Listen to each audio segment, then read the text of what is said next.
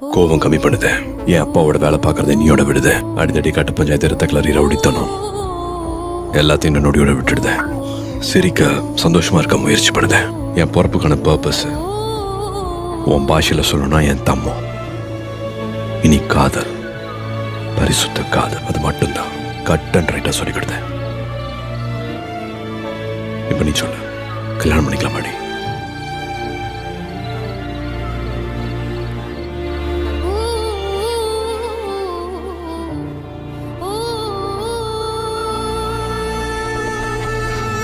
Ha ha ha